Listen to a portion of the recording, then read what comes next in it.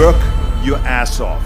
There is no magic pill. It drives me crazy to go to the gym. You read 1 hour a day. I went and worked out 5 hours a day, and I was working on construction with 24 hours a day. Organize your day. Work hard. I'm here to talk about success.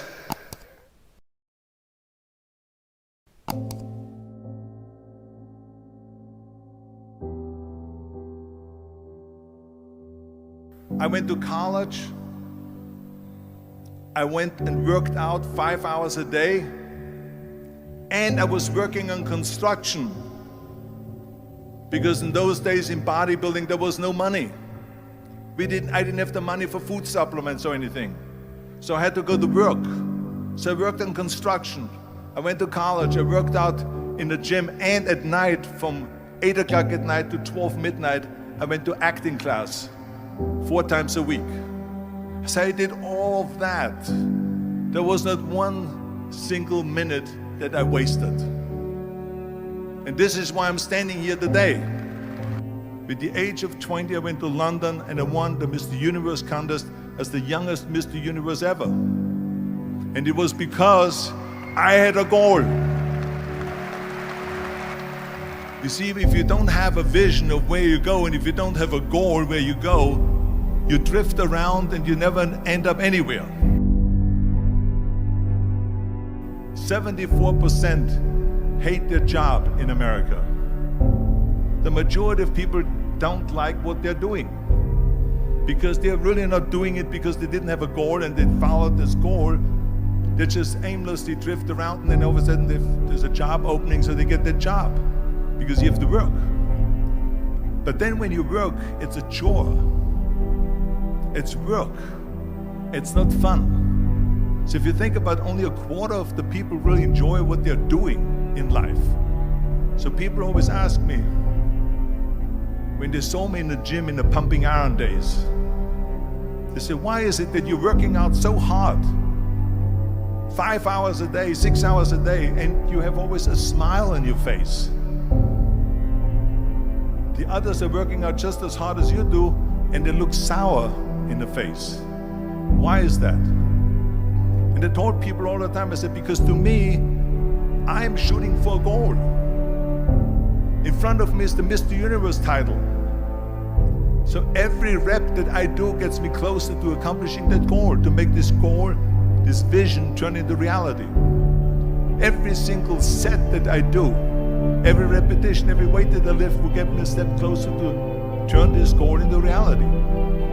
So I couldn't wait to do another 500-pound squat. I couldn't wait to do another 500-pound bench press. I couldn't wait to do another 2,000 reps of sit-ups. I couldn't wait for the next exercise. So let me tell you something, visualizing your goal and going after it makes it fun. You got to have a purpose no matter what you do in life. You got to have a purpose. And Muhammad Ali worked his butt off, and I saw it firsthand.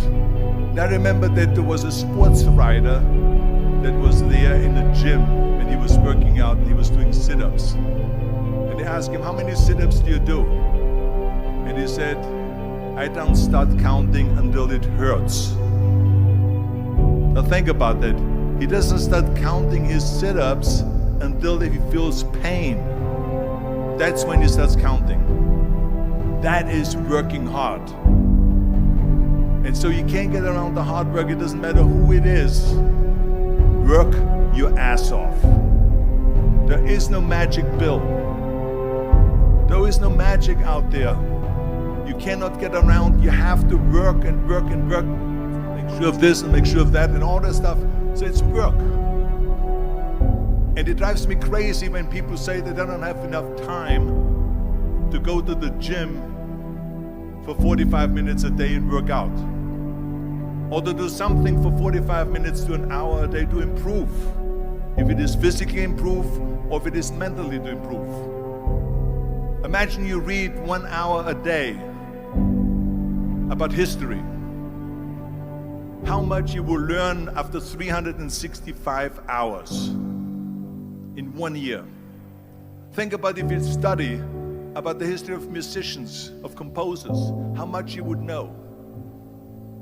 Imagine if you would work on a business, on some business that you want to develop every day for an hour. Imagine how further along you will go and get. So it drives me nuts because when people say we don't have the time, we have 24 hours a day.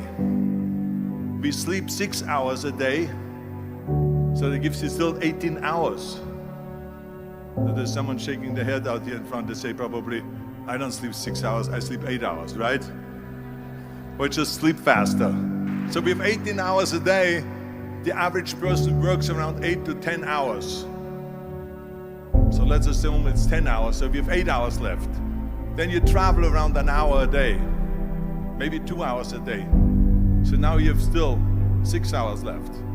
So what do you do with these 6 hours? What do you do with these 6 hours? Then we eat a little bit, then we schmooze a little bit, talk a little bit to people and all that stuff. But you can see how much time there is available if you organize your day. So you got to work hard. I hate plan B. And I tell you why. Because we have so many doubters, as I've said earlier, the no-sayers. We have so many of those people that say no and you can't do it, that's impossible. That is okay because we just turn off, as I said earlier, and we listen and we hear the no being a yes. You can't do it, you can do it, and all of that. So that is possible to do that amongst all the negative people around you.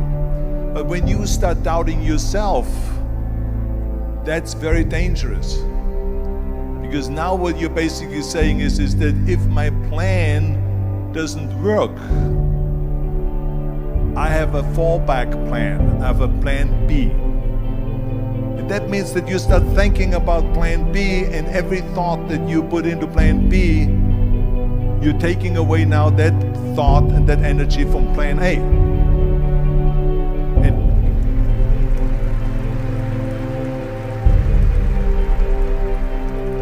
And it's very important to understand that we function better if there is no safety net, because plan B becomes a safety net. It says that if I fail, then I fall and I get picked up and I have something else there that will protect me. And that's not good, because people perform better when there's no safety net. People perform better in sports and everything else if you don't have a plan B.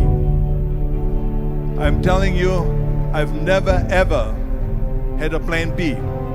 I made a full commitment that I'm gonna go and be a bodybuilding champion. I made a full commitment that I'm gonna be in America. I made a full commitment that I'm gonna get in the show business and I'm going to be a leading man. No matter what it takes, I will do the work. I will do the work over and over and over until I get it. And the same was in politics and everything like that. So to me, it is very dangerous to have a plan B, because you're cutting yourself off from the chance of really succeeding. And the reason, one of the main reasons why people want to have a plan B is because they are worried about failing. What is if I fail, then I don't have anything else? Well, let me tell you something, don't be afraid of failing, because there's nothing wrong with failing. You have to fail in order to climb that ladder. There's no one that doesn't fail. Michael Jordan said in one of his interviews, when they said, "You're unbelievable, you're the greatest basketball player of all times." I mean, tell me about that. And he says, well, you're just mentioning the successes. But he says, for me to become the greatest basketball player, I missed 9,000 shots when I was playing basketball at the NBA games. So during these games that he was so successful, he missed 9,000 shots. Does it make him a failure? No.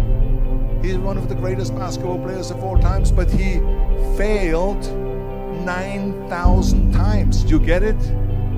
We all fail. It's okay.